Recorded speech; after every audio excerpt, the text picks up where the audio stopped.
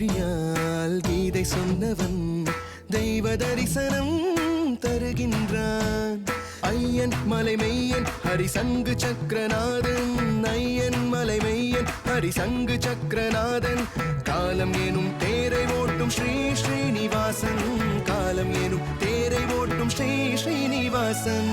ஆடி வருகிறான், அசைந்து வருகிறான், குலுங்கி வருகிறான்.